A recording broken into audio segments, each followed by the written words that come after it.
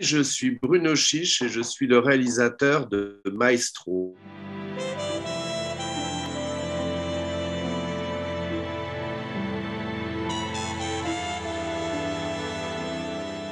Le pitch de Maestro, que je ne vais pas vous faire intégralement parce que je ne voudrais pas non plus complètement spolier l'histoire, mais en gros, c'est l'histoire de deux hommes, de deux chefs d'orchestre qui partagent en fait un rêve commun. Le film est l'histoire d'une compétition un peu entre ces deux hommes-là, qui sont deux chefs d'orchestre. C'est un père et son fils, qui sont tous les deux chefs d'orchestre et qui en fait ambitionnent de prendre la direction musicale d'une célèbre salle qui est la Scala de Milan. À la base, ce film s'inspire d'un film qui existe déjà, hein, qui est un film qui s'appelle Footnote, qui est un film israélien, qui est un chouette film, mais qui ne se passait pas du tout dans le milieu de la musique classique. Mais ce qui est drôle, c'est que quand j'ai rencontré, après moi, quand j'ai fait quelque chose, c'est inspiré de ce film, mais quand j'ai rencontré le directeur, par exemple, de l'opéra, qui m'a dit c'est dingue parce que ça arrive très très souvent la compétition chez les chefs d'orchestre père et fils. Il y en a beaucoup. Je voulais raconter l'histoire d'un père et de son fils, mais un fils de mon âge, c'est-à-dire un vieux fils. Donc j'avais vraiment envie de ça et c'est Philippe Rousselet qui m'a montré, qui est le producteur du film, qui m'a dit c'est drôle parce que j'avais acheté les droits de remake d'un film israélien qui s'appelle Footnote. Il faudrait que tu le vois, mais je n'ai plus les droits. Et je l'ai vu et je me suis dit que c'était un pitch, une idée assez géniale pour aller parler de cette relation de père-fils, qui est à la fois une histoire d'amour, mais à la fois, on sait très bien les difficultés terribles qui peuvent y avoir. Et cette histoire, après, j'en ai parlé à une amie à moi qui est cantatrice et qui m'a raconté qu'effectivement, ces rivalités terribles, même vraiment bibliques, quoi, de rupture, de mise à mort du père, comme ça existait dans le milieu de la musique. Ça lui était arrivé à elle, à son mari et à son beau-père, et qui étaient deux chefs d'orchestre. Donc j'ai tout réécrit de A à Z. Voilà. Et je me suis immergé dans la musique. Et c'est en fait, il y a il y a cette histoire qui me touche pour des raisons personnelles. Et puis, il y a aussi faire un film musical, parce que quand on raconte l'histoire de deux chefs d'orchestre, on peut s'autoriser des choses avec la musique qu'on ne peut pas faire dans un film normal. Tu vois, là, on peut se lâcher et c'est vrai que la musique étant vraiment un personnage de ce film, c'est vrai qu'il y a des choses qui sont magnifiques, quoi. C'est des morceaux qui sont de mon petit répertoire amoureux de mélomane. Mais aussi, les musiques que j'ai choisies, c'est aussi très en fonction des scènes. Tu vois, par exemple, au début du film, il y a une scène, il y a un aria de Dvorak qui raconte toute la nostalgie, tous les regrets, tout la vie qui s'éloigne. Et ça, je l'ai mise en ouverture sur le visage de Pierre Arditi parce qu'il est traversé par cette émotion-là. Et juste après, enfin, un peu plus tard, on voit que Pierre est fou furieux, enfin, est très énervé parce que son fils a eu un prix important, ça l'énerve. Et jaloux en fait. Et là, j'ai la 9e symphonie de Beethoven qui dirige et où il est tu vois, et cette musique accompagne. À la fois c'est un personnage, puis à la fois c'est une vraie musique de film, quoi. Et les musiques, elles n'arrivent évidemment jamais pour rien, quoi. C'est quand il y a un très joli morceau qui accompagne tout le film, qui est un peu la musique d'Ivan dans le film, du fils, qui est un intermezzo de Brahms, tu sais, qui joue au piano, et qui est rejoué un peu plus tard par lui et son propre fils, joué par Nils Otnin. Donc tu vois, c'est... Non, non, la musique, c'est un personnage dans le film. Que ce soit Pierre ou Yvan, ils ont fait un gros boulot de coaching pour déjà comprendre, parce que c'est vrai que le langage des mains, le langage d'un chef d'orchestre, c'est un langage très particulier.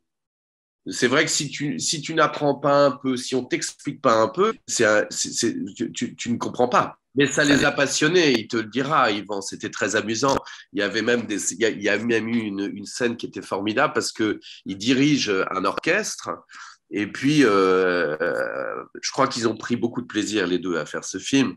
Mais il y a un moment donné, Yvan était face à un orchestre et il me dit mais si je joue vraiment, si je fais le chef d'orchestre, qu'est-ce qui se passe?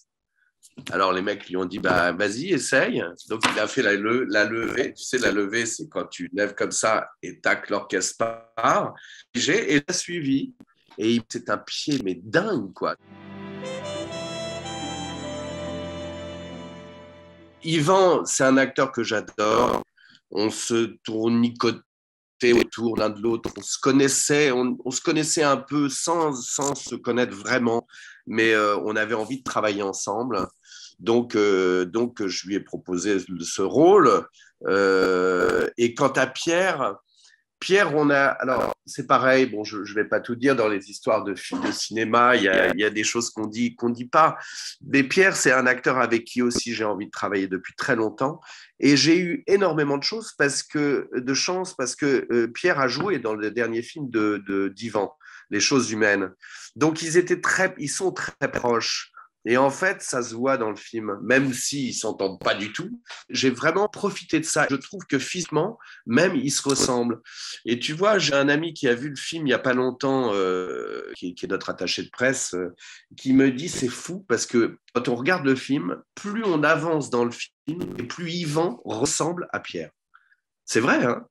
Physiquement, il y a presque quelque chose. Et c'est vrai qu'ils s'adorent dans la vie et ça, j'en ai profité. Je leur ai volé de leur amour. C'est un acteur que je vois depuis très longtemps, qui pour moi est d'une modernité incroyable. D'ailleurs, c'est très intéressant de travailler avec lui, de parler avec lui sur le genre, c'est une autre génération, c'est une autre planète. Alors c'est vrai il leur ressemble pas. La ressemblance qu'il a avec eux, c'est une incroyable identité, quoi, une incroyable originalité. Et c'est drôle parce que je ne l'aurais pas engagé sans en parler à Pascal ou Yvan, tu vois. Enfin, je voulais que, tu vois, il y avait deux autres comédiens, un qui ressemble d'ailleurs à Ben, à Tal, et un autre qui ressemblait vraiment à mon propre fils, donc fils de Pascal, et puis Nils. Et ils m'ont dit non, non, on te suit avec Nils. Et on s'en fout de la ressemblance. En fait, on ne se pose pas la question. Moi, je trouve que c'est un génie, ce môme. J'aimais bien l'idée que ce personnage de Caroline Anglade soit quelqu'un, bon, c'est un petit hommage à François Truffaut dans La Nuit américaine, tu te souviens qu'il était. Mais je trouvais que c'était pas mal qu'elle ait un petit handicap parce qu'elle joue la maîtresse d'Ivan Attal, qui n'est pas un personnage très sûr de lui au début du film. Et j'aime bien l'idée qu'un personnage qui ne soit pas tout à fait sûr de lui, finalement, choisisse quelqu'un d'un peu handicapé, tu vois, qui aura forcément lui, ce qui va lui revenir dans la gueule. Hein. Évidemment, les femmes n'aiment pas ça quand elles s'en rendent compte et elles ont bien raison. Mais j'aimais bien cette idée-là. Quant à Miu Miu, bah, qui d'autre que Miu Miu à partir du moment où elle acceptait, j'étais ravi parce que non, j'étais ravi parce qu'elle a quelque chose de, elle est belle Miu Miu. Je trouve que je cherchais une actrice qui fasse jeune couple avec Pierre Arditi d'une certaine manière, tu vois. Toi, tu as vu le film, tu sais pourquoi. Il y a une scène qui est assez forte entre eux. Et le personnage de Pascal, je vais te dire, moi je voulais quelqu'un de très fort, qui ait une identité et une personnalité très forte, et qui soit, enfin tu vois, qui soit pas la femme d'eux, quoi. Il fallait quelqu'un qui ne soit absolument pas bourgeois. Et Pascal, elle a ça de formidable, c'est l'anti-bourgeois style, quoi. C'est-à-dire elle peut aimer énormément son ex, mais tout en étant très raide avec lui. Ils ont un rapport formidable, les deux. C'est toujours elle est son attachée de presse d'ailleurs dans le film, elle est son assistante et elle se prive pas de lui dire ce qu'elle pense. Donc il fallait vraiment quelqu'un qui a une personnalité très forte comme ça.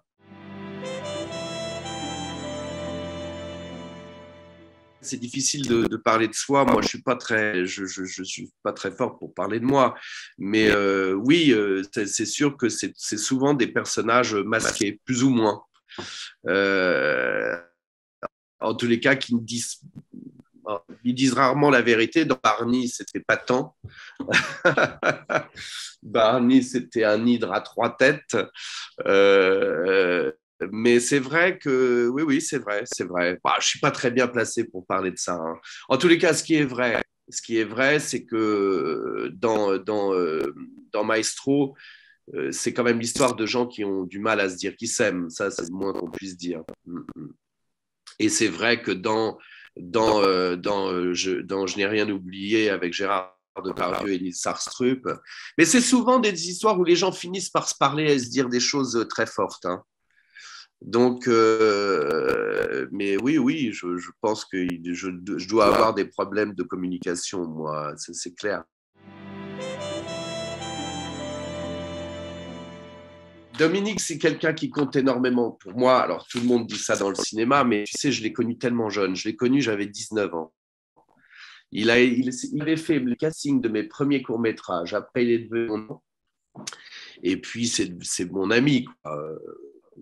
C'est vrai que l'anecdote est quand même assez drôle parce que un jour, on était au Festival de Cannes et il me court après. Il me dit dis donc, chérie, chérie, chérie, il faut que je te demande quelque chose, il faut que je te demande quelque chose. Ah, je lui dis oui, oui, bien sûr, mais et il me dit il faut que tu me joues. Je lui dis je te demande pardon, et il faut que tu me joues. Je dis enfin, je vais te jouer, je ne comprends pas ta question. Il me dit il faut que tu me joues. Il y a un film à faire où je suis dans le film et il faut que tu joues mon personnage plus jeune. Voilà. Et donc, c'était il y a longtemps, hein, parce que maintenant mais j'ai joué son personnage, oui, dans un film pour la télévision. C'était un truc de dingue, hein, un truc de dingue. Fierté et grande joie. Je suis déjà allé à Angoulême avec l'un dans l'autre. Et j'étais là la première année, je n'avais pas de film la première année, la première édition. Mais ce festival est un truc de dingue. Mais de toute façon, Dominique, tout ce à quoi il touche, tout ce qui touche se transforme en or. Ce festival est fantastique, quoi. C'était dingue parce qu'il y avait des festivals francophones, enfin, oui, francophones au Canada. Il y en avait partout, sauf en France. C'est quand même fou. Et c'est vrai que l'idée de créer ce festival du film francophone, c'est vraiment son idée, mais c'était dingue que ça n'existait pas. Bah, moi, je trouve que c'est totalement magique, parce que ça fait partie du grand plaisir d'aller dans ce festival, c'est que c'est fou, parce que tu as l'impression d'être un festival totalement international. Tu vois des Libanais, tu vois des Canadiens, tu vois des Suisses, tu vois des Ivoiriens. Et on est tous d'une même famille avec des couleurs de peau très différentes. Ça fait, je trouve, c'est merveilleux, c'est assez magique, quoi.